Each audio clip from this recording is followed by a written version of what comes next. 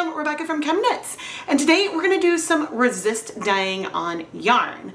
Specifically, we are going to dye our yarn a tonal color, add some zip tie resists along the skein, and then over dye it with a second bright color. Typically when I do this, the second step, the over dyeing step, the main color, usually is a darker color, but today I thought it would be fun to play with a brighter, say neon yellow even, and see what kind of results we can have. There likely won't be that much contrast, but I think we'll end up with something really, really beautiful. So let's go get started with the first layer. Now, I already mentioned that I want the second layer to be a neon yellow, but for our first layer of color, I thought it would be fun to play with a bright cyan turquoise blue. And so this is turquoise, a Jacquard acid dye, and I have around, this is a 1% stock solution, but I don't know how much of the dye I actually have. Maybe about 75 milliliters. I want a bit more blue than that because we're gonna dye 400 grams of yarn. Here I have a dye stock of another cyan primary blue from a different brand. This is Dharma Acid Dye's Caribbean Blue. Also a 1% stock solution. Okay, and of the two combined, and I'm not seeing a lot of sediment on the bottom, we have less than 150 milliliters. Now the markings on this cup are not that accurate. We have more than 125 milliliters. Less than 150. I would say we probably have around 135 to 140. So around there. Now a 1% stock solution is 1 gram of dye dissolved in 100 milliliters of liquid. So we know we have somewhere between 1.25 and 1.5 grams of dye for our yarn. Now I'm planning on dyeing 400 grams of yarn in this tonal layer. So let's say for a thought experiment, we had 150 milliliters of dye, which we don't. That divided by 4 is what, 37 and a half? That means if we had the 150 milliliters and 1.5 grams of dye on 400 grams of yarn, that would give us a 0.38% depth of shade. But we know it's a bit less than that because of the amount of dye we have, and that math I'm not going to do on my head, so I will pop that up on the screen. And I'm also going to ask Editing Rebecca to pop up approximately how much each of the two brands that we had. Now I did rinse out both dye containers to give us a little bit more pigment. But before we bring over our yarn, we're going to need some acid. So in this 12 quart dye pot, I have 24 cups of water. We have our acid, and let's do 6 tablespoons of white vinegar.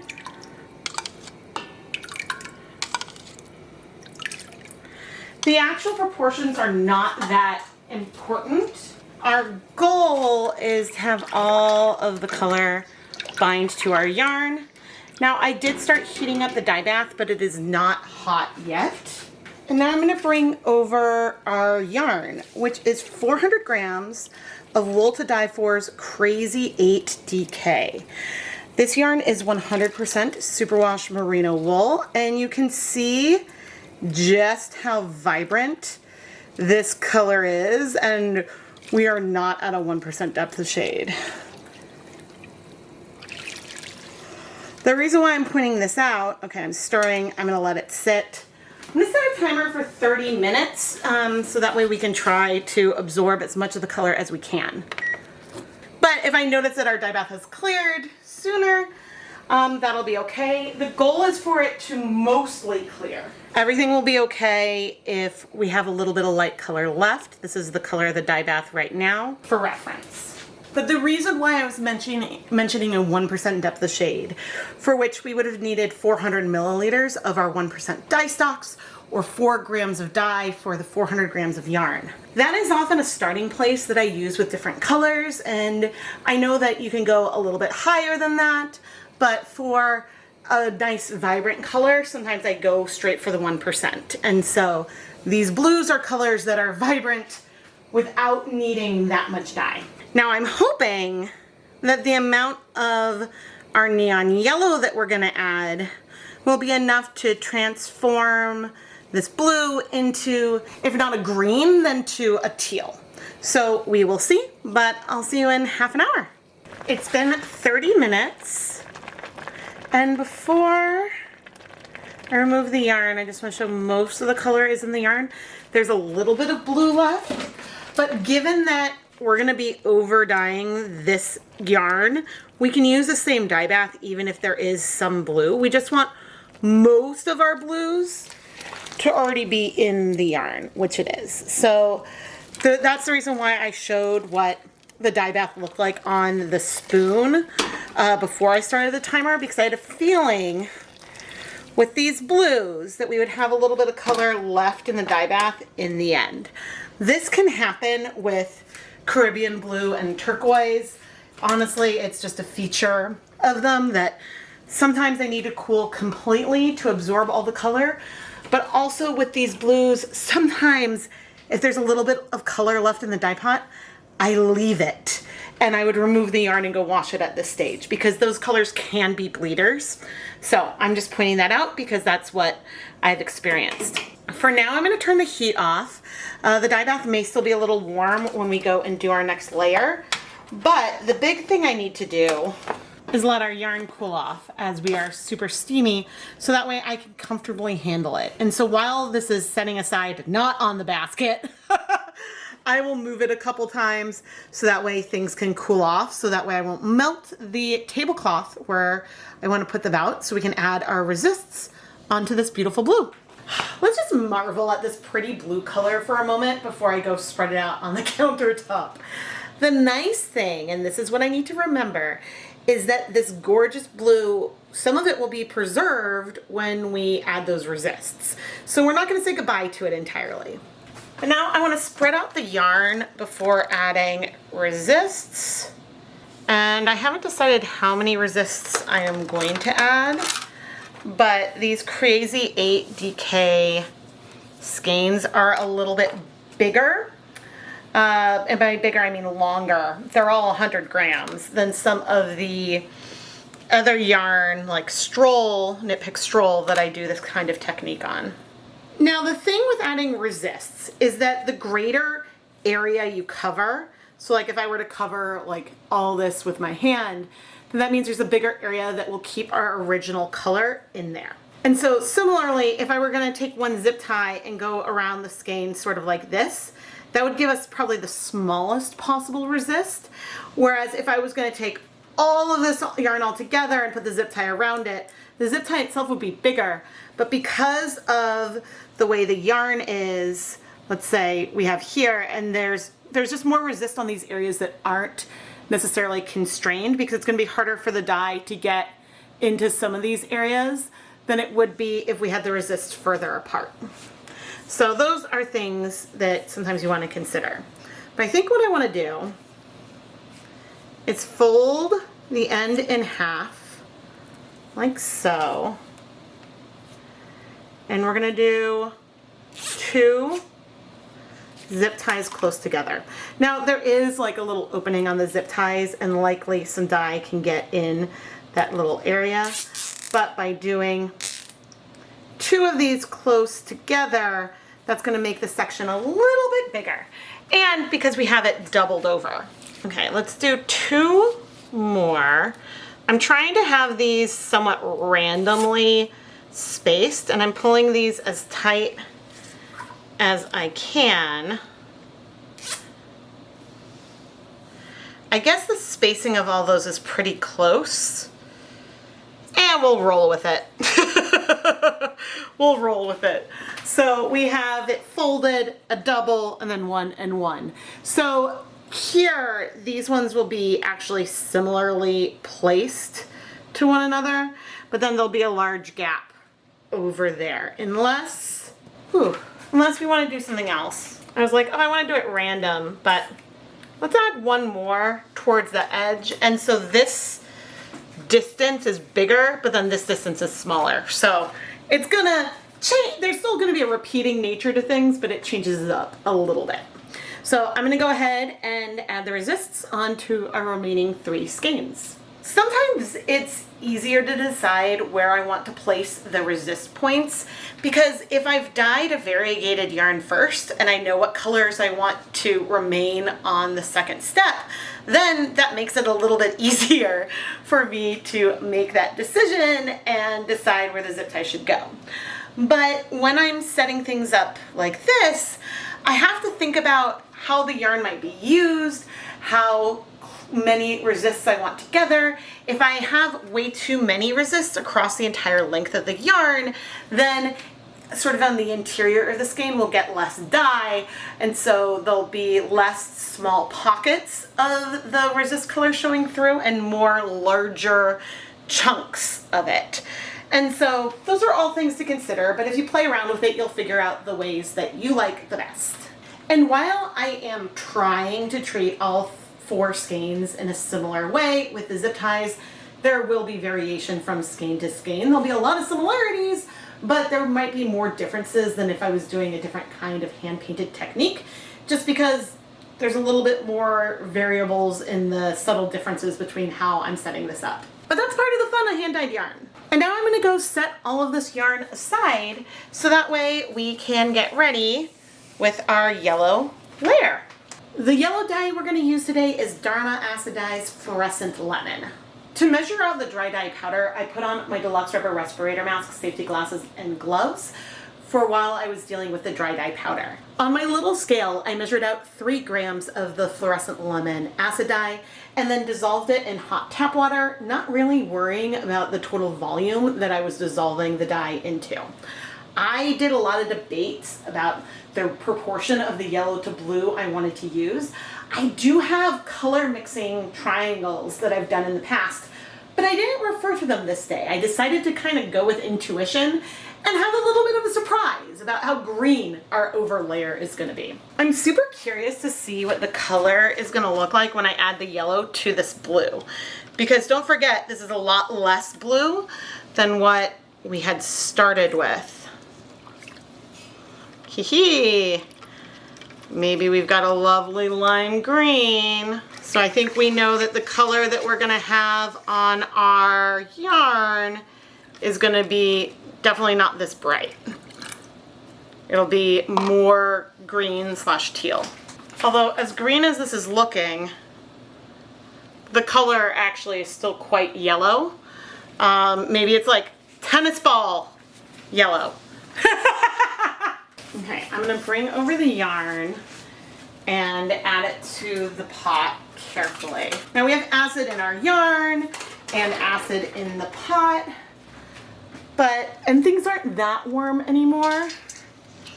Let's see, with that first dip down, ooh, we are very green.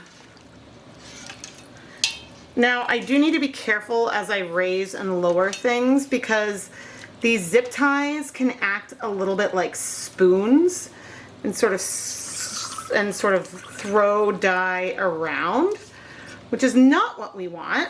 So I'm gonna go ahead and grab my tongs so I can stir things up a little bit.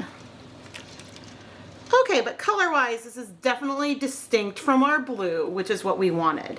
However, it's really important to note that the contrast between this green and the blue we originally started with is going to be less of a contrast than if I had started with the yellow and over-dyed with the blue, even using the dyes at the same proportions. And that's just because yellow, even if it's concentrated, is never that dark. A really dark yellow is an orange. And so yellow is, it's not fair to call it a pastel, but it is less saturated, there we go, than the blue, even if it's more concentrated and more pigmented and has a bigger impact.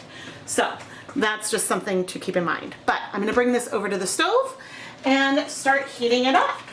And we may add more acid after a little bit. So I'll set a timer for 15 minutes, and at which point we'll check in and see how we're doing.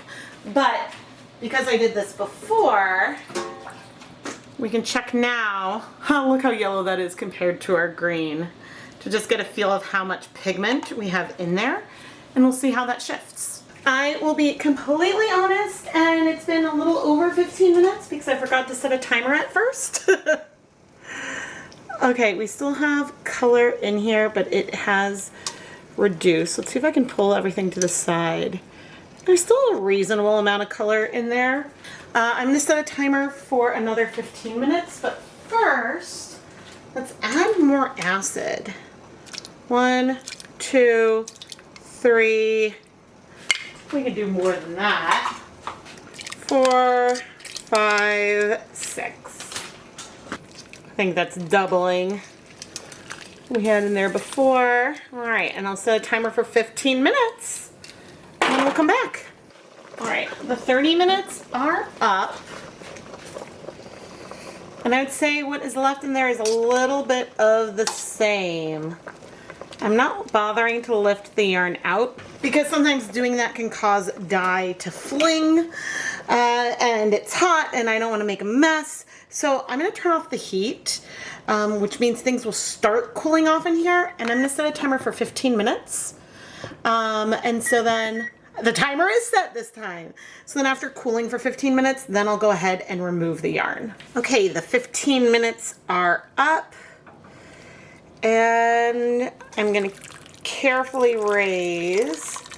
I do recommend wearing safety glasses, especially with the zip ties. I forgot that this is the one reason why I don't like it, and could be one reason why it is worth leaving the yarn in with the zip ties to cool until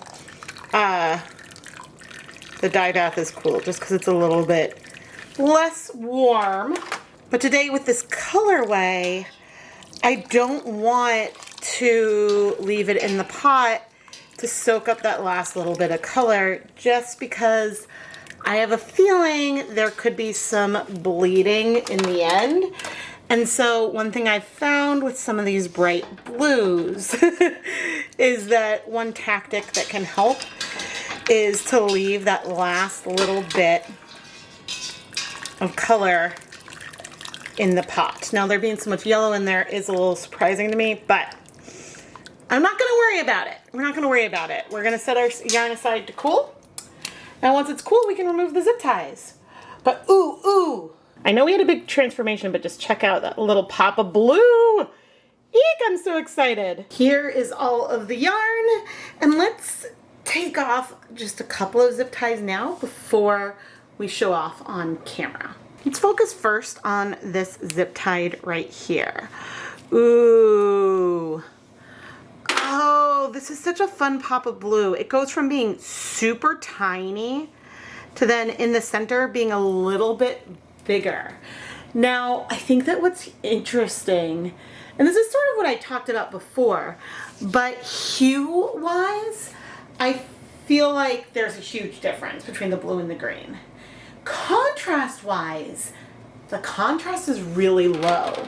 Yeah, if I go into my black and white filter, you don't really see the line. It feels very well blended. And so when you're designing colorways, that may be something that you want to consider, just because sometimes if you want colors to pop more, you really want that contrast there. Well, let's go ahead and look at this double zip tie.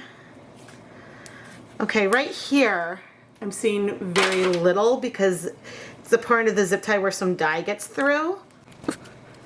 Okay, but we have two. That actually looks pretty similar to what we have over there. Now let's open this up. And here now we can see that what's in the middle is definitely bigger than over there in both of these sections. And I would say the smallest areas are more like what's in the middle versus sort of around the outside of there. So you do get some variation in the size of the resist points. But oh my gosh, this is really, really fun. But let's go ahead and open up the rest of these skeins. The nice thing about doing this type of colorway as a resist is that it gives us a really good transition between the blue and the green. There's a sharpness there versus a blend, but also if I was trying to hand paint this and using a brush or something and painting the blue and then painting green on either side, even if I had used guar gum or another thickener that would prevent the dyes from spreading too much, at the overlap of the colors, there would be some visible overlap, whether that's an increase in saturation or a different blend. And we really don't see a huge blend between the color at our resist and the color, the main color, mainly because the blend between the two is that main color. And so I think that that is really, really cool. Because I guess our blue was even, I mean tonal, but relatively even across the entire skein. So it just gives a different type of feel. I'm really happy that the resists do, for the most part, vary in size. When you look at, you know, we had, what, we had the doubled over yarn here and then the single widths here. And so those are thinner, these are thicker. I'm really happy with that variation. But now I need to set the yarn aside so it can finish cooling. It's mostly cool. It is just a tiny bit warm. And then we can go ahead and wash it. You know what? For science, I'm turning the heat back on and I'm bringing over another skein of Crazy 8 DK. This one is dry. But I wanted to show that while we do have color left in here, it isn't that much. It looks like there's a lot of color, but I believe we'll get a beautiful pastel green, or maybe medium toned green tonal out of it. The pot is shaking on the stove, but Crazy 8 does soak up color beautifully. And so I am going to heat this. Things have cooled off. So let's go ahead and do 40 minutes. And then we'll see how much or if any color is left. Okay, I am going to turn off the heat now.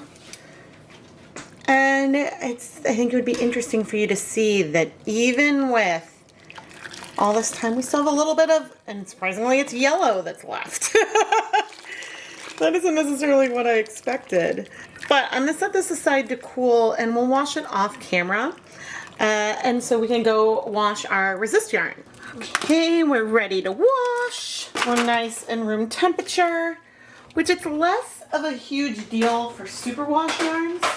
But I think it's good to make sure that your yarn is cool before you wash it. Okay, and unsurprising, because we had colored liquid remaining, there's a little bit of color just in the rinse. So let's fill up our basin. All right, and let's see. About the same.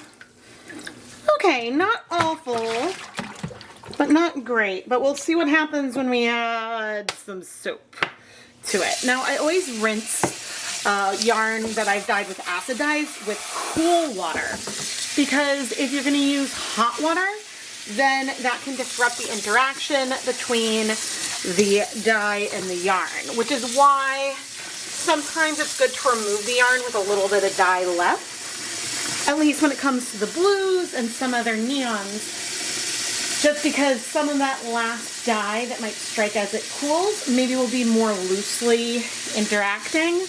I don't know, these are just hypotheses. So what I don't want to see here is like a huge, massive increase. And we are seeing more color, but that looks very pastel still. So that is encouraging. Okay, I'm going to fill this up and I'm going to add just a little bit of some Centerpole. This is a, I don't know, soap marketed at Dyer's. I don't know if it helps resolve bleeding faster than other soaps, but if you see bleeding on hand-dyed yarn that you purchase from me or someone else, it could be a result of pH of your tap water. My tap water is slightly acidic. If yours isn't, then maybe you might see more bleeding than what I see. And yeah, things aren't getting worse, so that's good. I'm gonna go ahead and let this sort of, well, I was debating letting it soak, but I'm just gonna rinse it in that water a little bit more.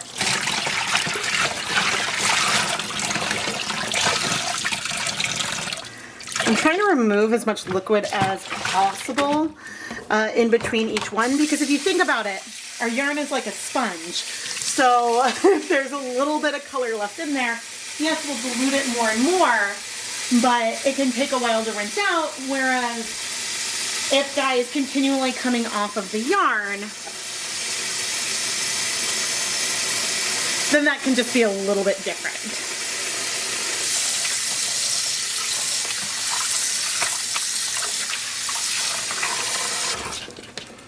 Let's see how we're doing. Where's my last zip tie? Right here.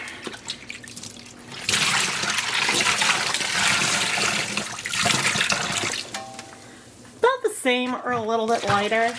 Really, that's not that much color and I'm not that worried, but I'm going to let the yarn soak. I think I'll add a tiny bit more center pole, and we're gonna let the yarn soak for a little bit before I rinse it a little bit more off camera. It's been a few more rinses and things aren't improving. And most of the soap is gone and we're still at the same amount of color, which means that we're having sort of a continual little bit of shed. So I'm going to come and add a little bit of white vinegar. May as well rinse this out. This is not something that always makes a difference, but sometimes I found that just adding a little bit of acid, even though I will be rinsing that back out, is enough to help make things stop, but sometimes it's not enough.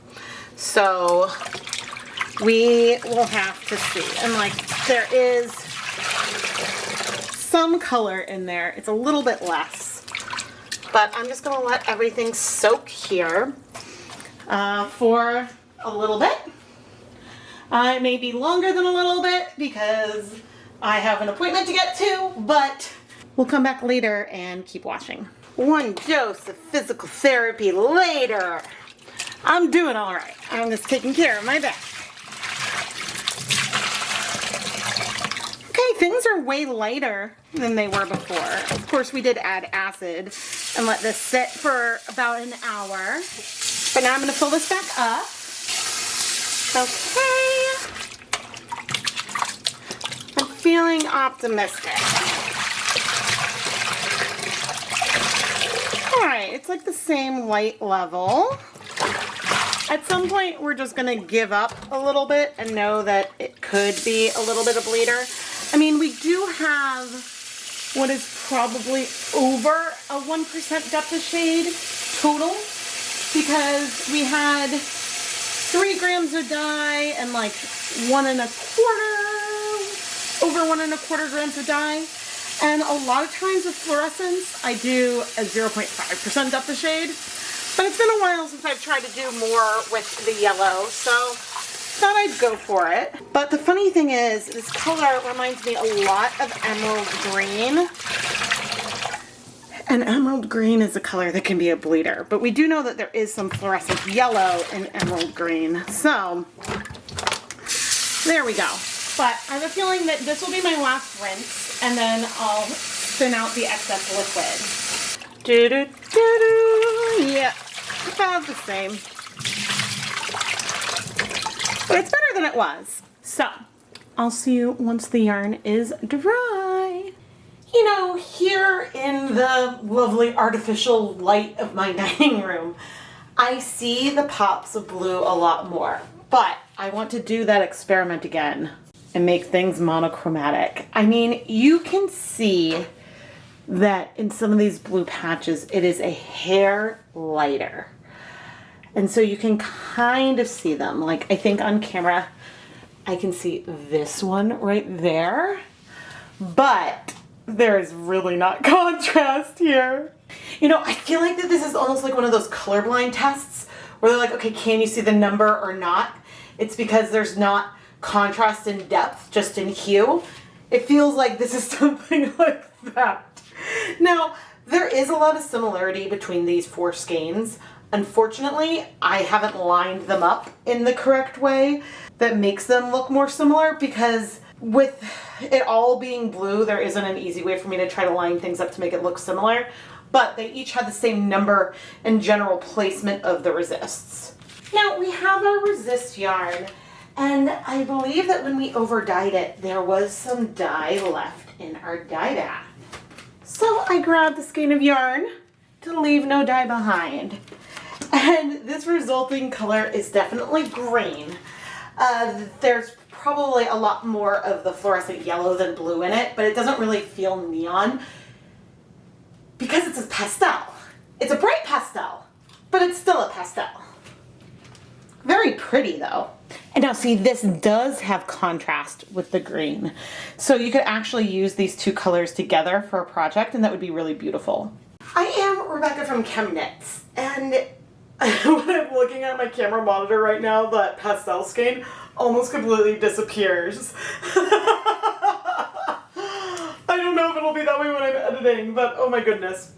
But what I was going to say is that contrast when you're picking colors can be important, but it depends on the overall effect that you want. We don't have a lot of contrast between the green and the blue in this colorway, which means that it can work with complex stitch patterns and the colors aren't going to detract from that. But you would never pick that color blue and this color green and try to use it in color work where you wanted the design to stand out. You would only do it if you wanted things to feel really subtle. And so you may choose to pick colors that have more contrast. But I think it's remarkable because, I mean, the color itself changed so much, but yellow is so, especially the neon yellow, it's so like unsaturated. Saturation, I don't know. It's not, like, it seems paler even if there's a ton of color. I don't know the right word for that, but it's fun to play with. So I really hope you've enjoyed this video, and I would be interested in exploring brights on brights more in the future. And I think that when picking colors for layering and doing resists like this, sometimes color mixing exercises can help you feel where you might get changes to see contrast and to get bigger differences or smaller differences. Please subscribe and turn on notifications so you never miss a video. I post multiple times a week and we have a lot of fun over here. And feel free to leave me a comment below and let me know what other color combinations you would like me to see me play with this kind of technique. Because if I had layered a fluorescent pink over this blue, we would have had a beautiful purple, but I think we would have ended up with more contrast. I think it would have felt darker. So, but if I need to verify that for all of you, let me know. Thank you so much for watching.